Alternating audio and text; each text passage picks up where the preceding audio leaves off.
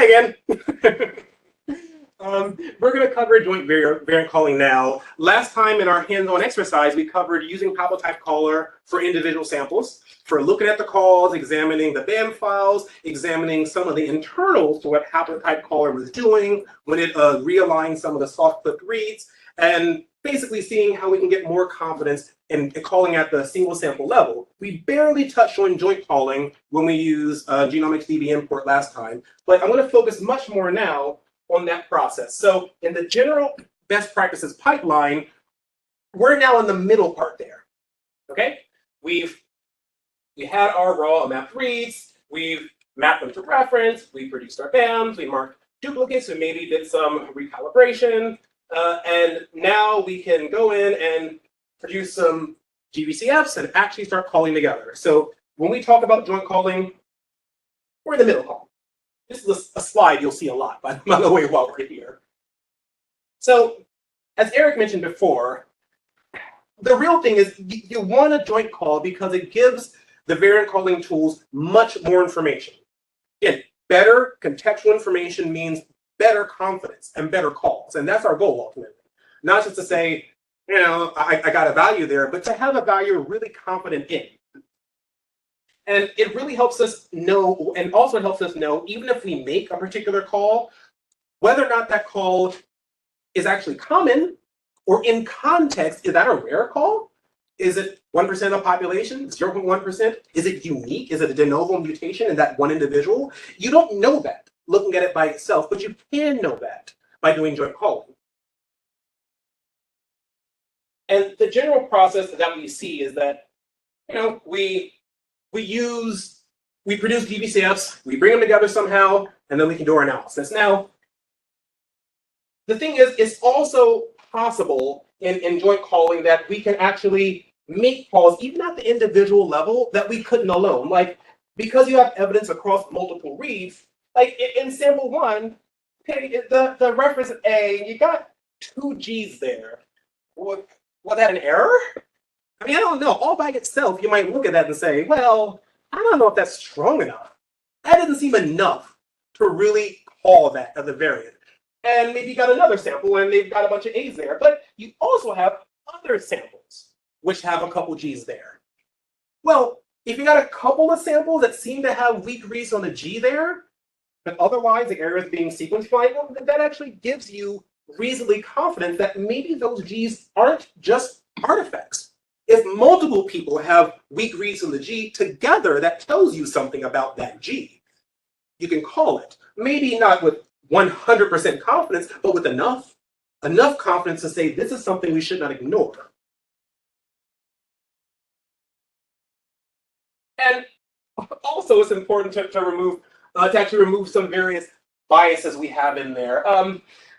So how much I'm going to go into on the same bias? So sample one, right? You got a whole bunch of reads here at a given location. Let me use my second here, right? And again, you see some C's among the A's, and you don't 100% know. You don't really know what's going on. And you see the forward one here. You see in reverse. Okay, well, it looks now, you only see the C's on the reverse part here. You only see them there. Now, is that an issue here? Again, if you have a lot of samples together, you might be able to see, maybe I got a strand bias going on here. Maybe if it's only showing up in reverse, that shouldn't happen. In theory, you should see it going forward and reverse across there if it's real, right? But if we happen to see we have a strand bias at that location and we're only seeing an allele most of the time in one direction, that also gives us confidence that, you know, maybe that's just noise. Maybe that's just something going on at that location with the sequencer as opposed to something real. Like I said, more information lets us actually know that. And again, as we see here in one sample, we can say, all right, right here, this allele shows up. You have some C's showing up here and a bunch of A's, but less of them showing up on the other side. So if you're looking at one, do you really know? But again, if you look at them and over here, you can say, well, all right, in this case, I have the C's only showing up, like all of those C's are only showing up on back reads and the A's on the forward reads. You look at that and say, regardless of the number, I can see that now. I can say if they're only showing up one way, that's an artifact. That's an artifact of when we're just reading that direction. That's trend bias. But even if you have the same number of A's and C's over a large enough population, you can see that actually it's showing up. It's showing up forward, it's showing up backwards. Statistically, we're seeing it on both strands as we should. You can call it again. It might be hard on one, but when you're looking at a population, you can filter out certain issues you had with sequencing by saying, statistically, how often does it show up and how?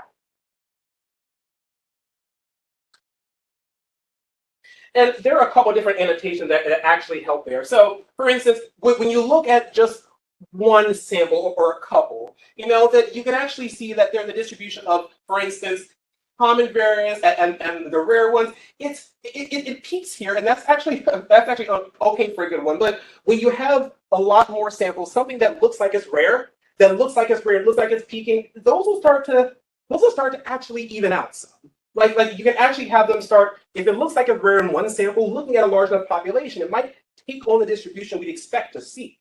Like when you're looking at it, again, in Nomad, for instance, you can see that shows up, but it shows up looking like much more of a common one. When you have enough people in there, you can start to actually get better distributions and say, well, okay, you know, that actually makes sense.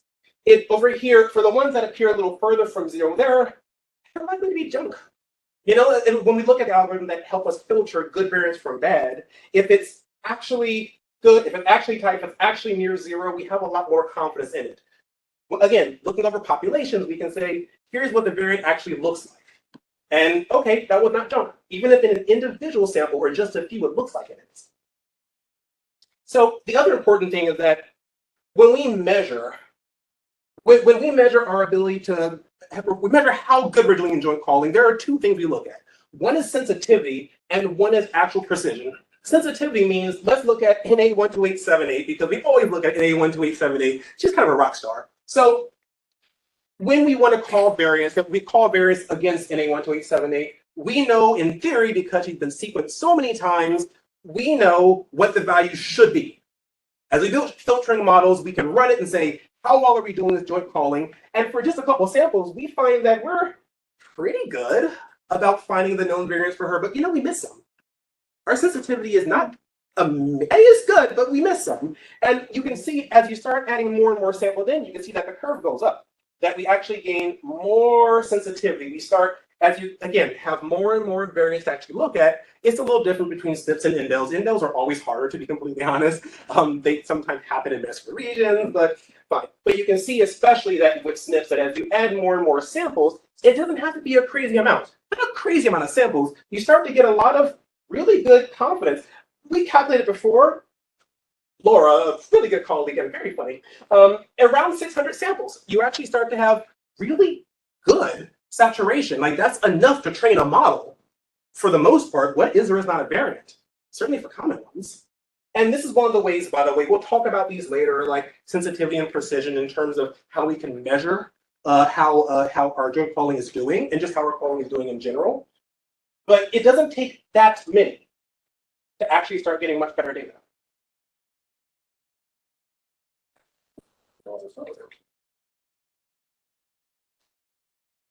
Yeah.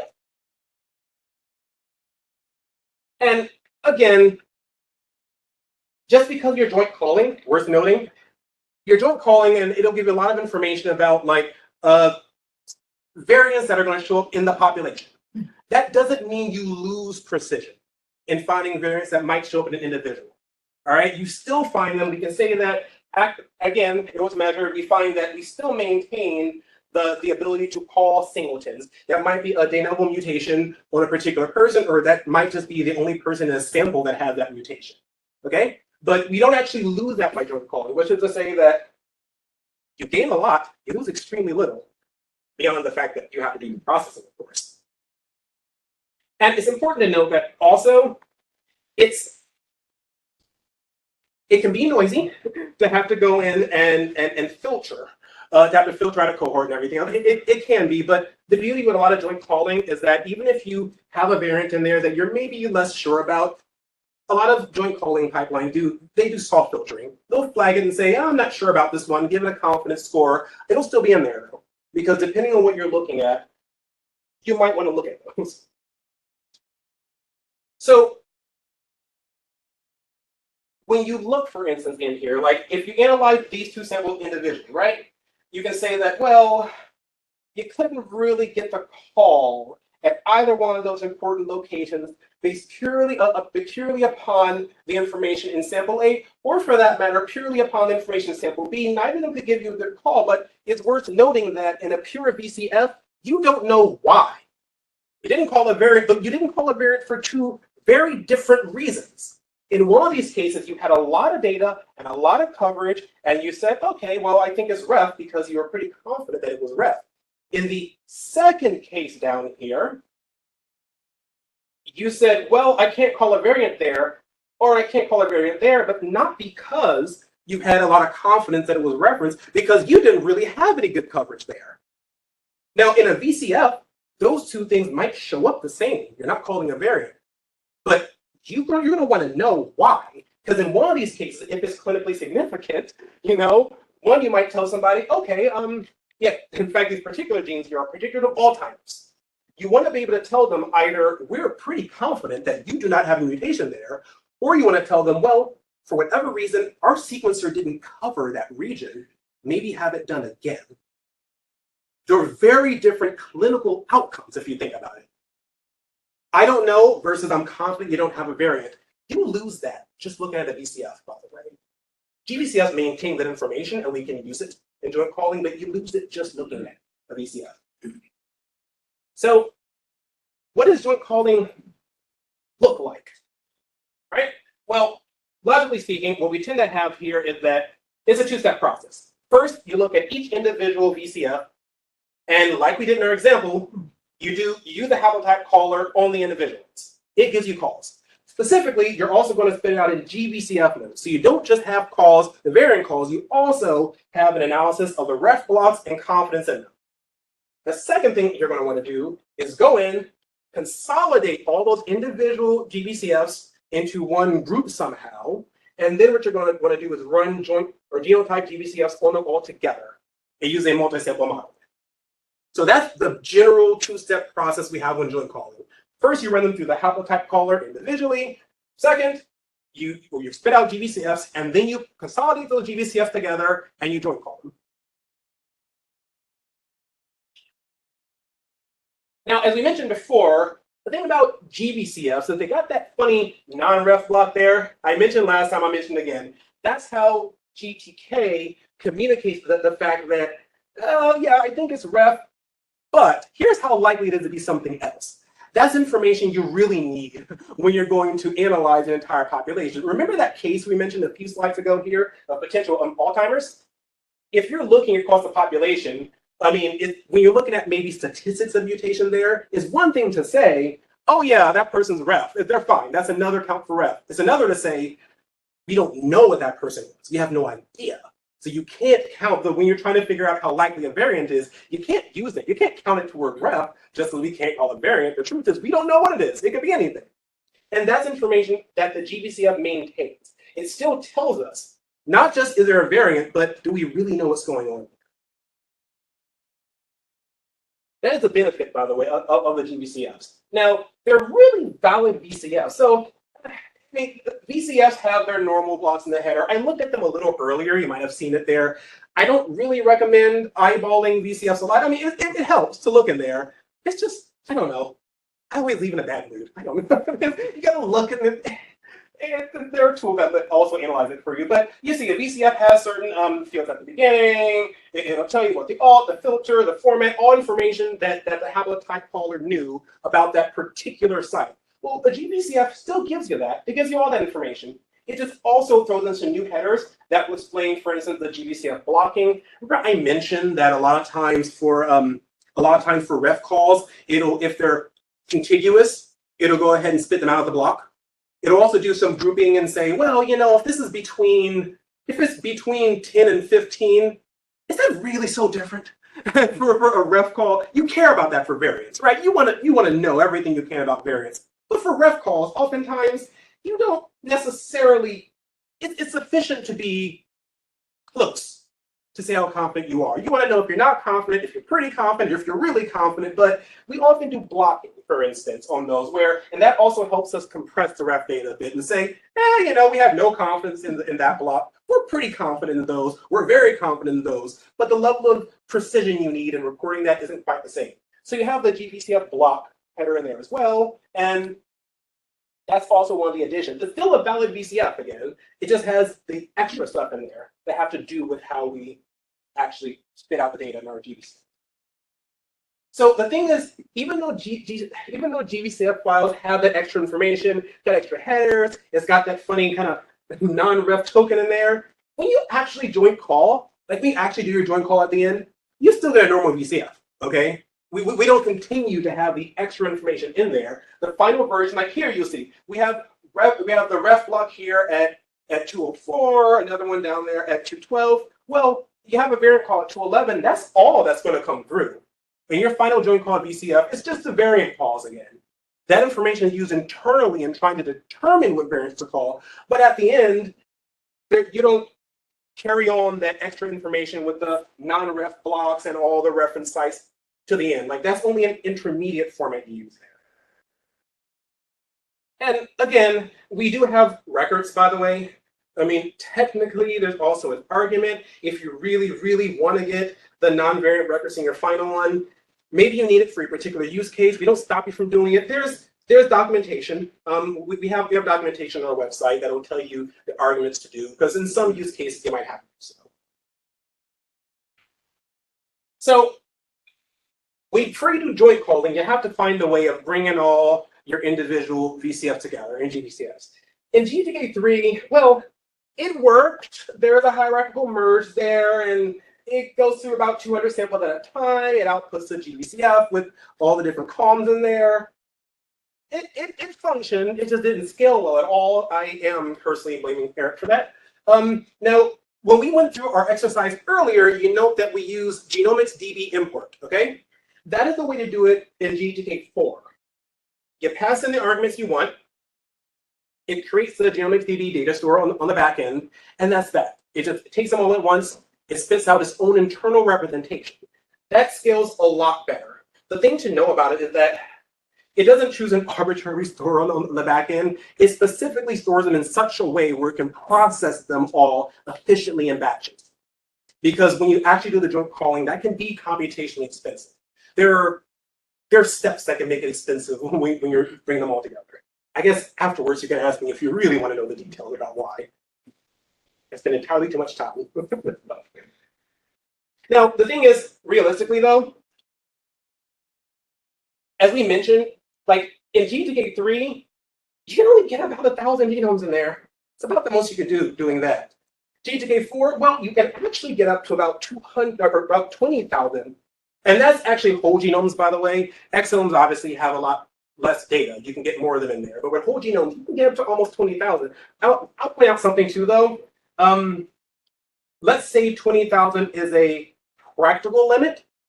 You can go above it using genomics DB. You can go above it if you like pain. And if you like frustration and pain, I am not going to stop you. You can ask Eric all about his experience trying to do 60,000 whole genomes in genomics DB. Ask him, maybe get him a drink first and relax him, because it is not, it's a very frustrating process. And we saw an example of this earlier, by the way, when we are actually running genomics DB import. We saw what it looks like. You pass in, you give it a path, a genomics DB workspace path, you pass it a series of arguments, it goes ahead and creates a data store for you. Now, it's worth knowing that by the time you get down to genotype GVCFs, it can either take a single GVCF that has been merged together to produce a lot. And we saw that, by the way. Remember when we were looking at what was in genomics DB, we actually had it, we called select variants and had it spit out a GVCF so we could see that it had data for all the samples in there. You could pass one like that into genotype GVCFs, but really you probably want to pass in the path to the data store. You know, it can go in and it can actually just directly read from a genomics DB data store, and that's a lot better, to be honest. It's a lot faster. So here, you can see what it actually looks like. If you're having a single or multi-sample GVCF, yeah, you pass it in -V, and you give it the path to the VCF. or the GBCF. But as you saw before in the example we just went through earlier, you can also pass to that GenDB path. Okay? That GenDB path gives it a location of where you built your genomics DB data store, and it can go in and pull them out of there. It can work with them in that format, which, like I said, it's a lot more efficient to work with it there.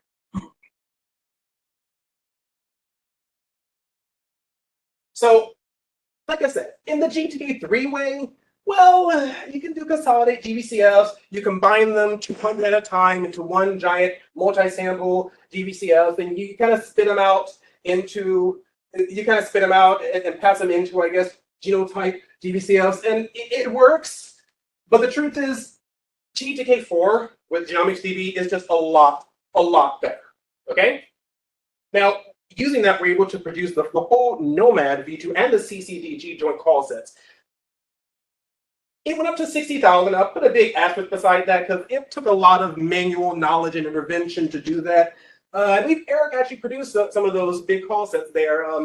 He gets a 1,000-yard stare and a haunted look when you ask him about them, but he was technically capable of doing so. They took about 3 weeks to do, so you can, with enough knowledge. Either way, you've seen about a 20-fold increase in scale. That's needed. The truth is, at the time you mentioned writing GTK, there weren't that many sequence files in the world. That has changed, and it's still changing. And there's a lot more data out there, not just because, just for disease purposes, but there are all these large biobanks. And the size you have to be able to operate on is changing now. So, don't use it. Okay, pretty much you have almost no reason to do the GTK way, the GTK3 way. Like, the truth is, Genomics DB is better essentially every possible way over what we were doing GTK3. All right? But here's the thing, though. And like I mentioned, the numbers keep getting bigger. 60,000 with some pain might sound like a lot, but the UK Biobank, that was about 470,000 exomes, not genomes, exomes, but that's still a lot. The All of Us initiative, that's a US National Institute of Health program to sequence up to 1 million people in the United States. 1 million whole genomes, too. Most of you here work with genomic data to the degree where you understand how large a lift that would be. It's a huge ask. Genomics DB, it's not going to cut it there. It'll get you up, again, practically speaking, to 20K, or maybe with some pain to 60K, but that's not where you're going to go. So the truth is we have been planning for the future a little bit more. We have a new next-gen product called the Genomic Variant Store that actually lets you enable joint calling for extremely large cohorts. It works just fine on small cohorts too, by the way. I regularly run it on 3 or 4 samples. But that is our next generation project. It's really designed to handle the future of these massive biobanks. Eventually, we're planning on scaling it the whole way to 1 million. That's what ALU asks, and we want to be able to handle call sets like that. So for instance, the All of Us initiative, all of their giant call sets, we use this tool, the Genomic Variant Store. We use GVS for those. We did 98,000 whole genomes back in March and June of 2002. We did 245,000 whole genomes. That was released in April of this year. And I can say right now, we're actively working on their 380,000 whole genome call set now. This is our ramp up, basically, Genomic Variant Store. Right now, though, it's in a limited access beta. Why? Because it takes a lot of work to continue scaling, believe it or not. Even jumping from 250,000 to 400,000 takes iterations, changing our data store, changing algorithms, stuff like that. So we do have a closed beta or a limited beta that people can get access to. Don't worry about the link there. You can't click it, but the link is available in the actual PDF version here. It's built on the Google Cloud, just like Terra is. Right now, it uses BigQuery for its backend. I mentioned that Genomics DB actually goes in and creates a special format. It has a Genomic DB database. Well, you're doing a very, very similar thing here, but you're actually using Google BigQuery product as your backend. It's very fast. We are able to get some impressive numbers I'll share with you soon. And it also, because it's using BigQuery, it allows you to do some arbitrary querying over your data. Genomics DB doesn't really allow you to do that. It pulls all the data in, but it's somewhat opaque. In GBS, you can just query over the data and answer some pretty important questions. I'll go into that in a little more detail in a slide or two here.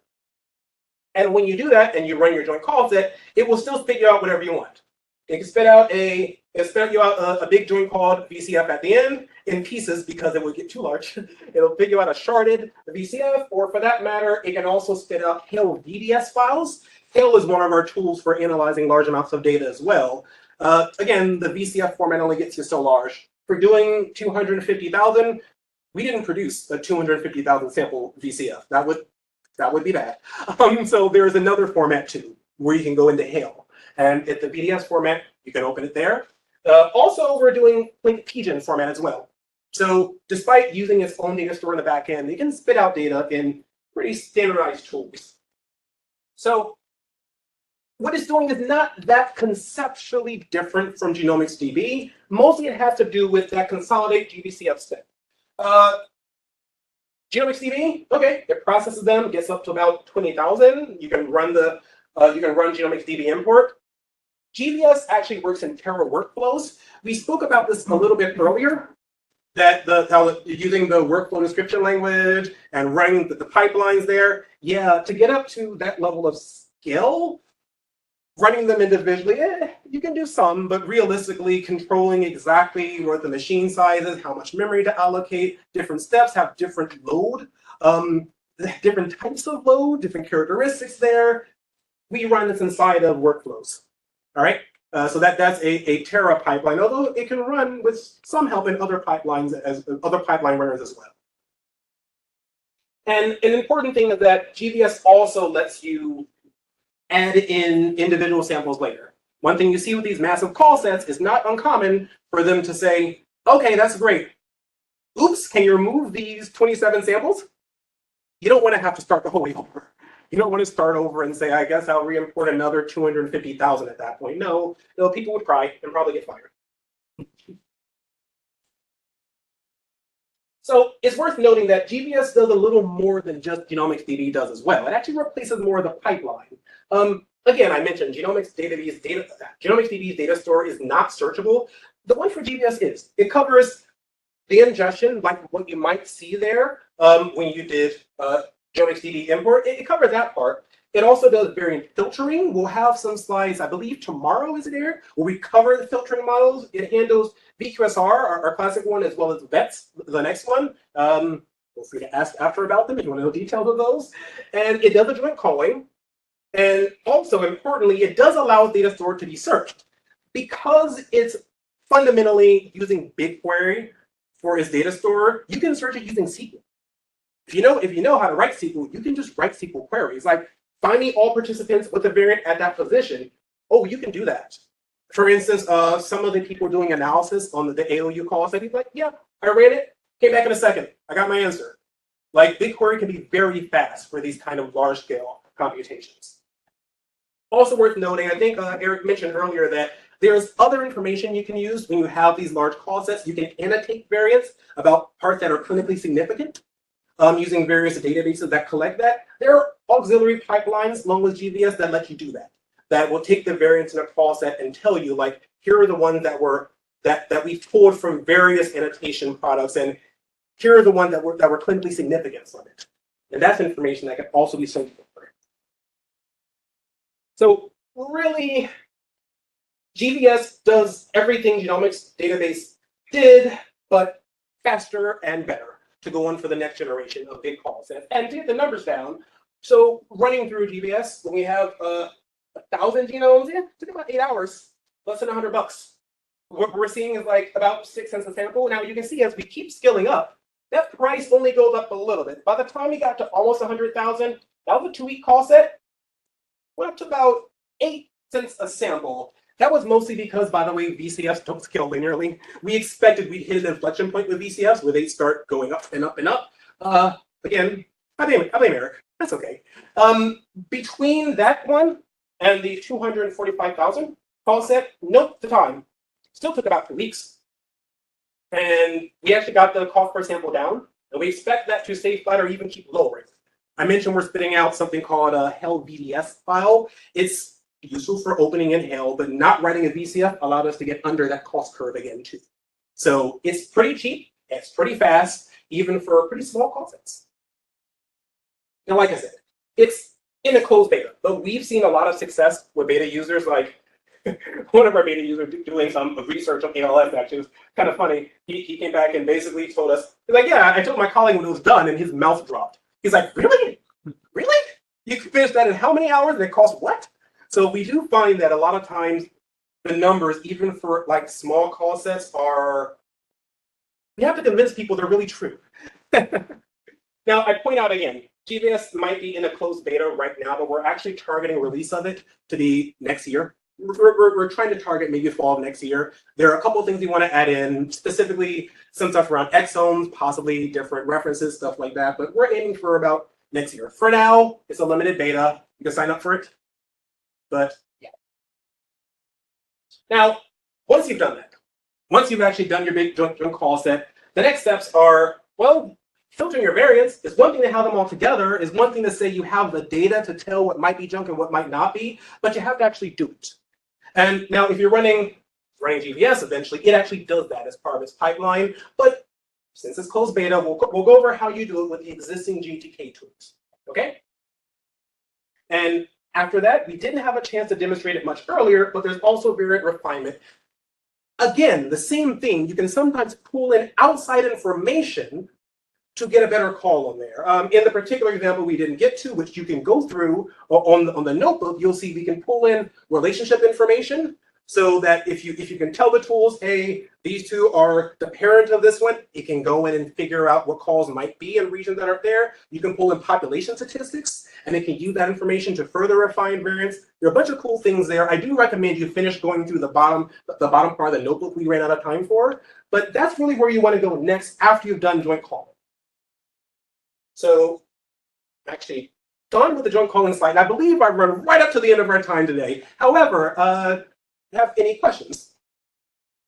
Well, Eric might also be coming to steal the microphone from me. So I'll say that the instructors will remain around for the next 10 minutes or so. So when everyone is dismissed, feel free to stick around and ask us questions for a bit. And we'll be like tomorrow morning and tomorrow afternoon. There's plenty of time to ask us questions.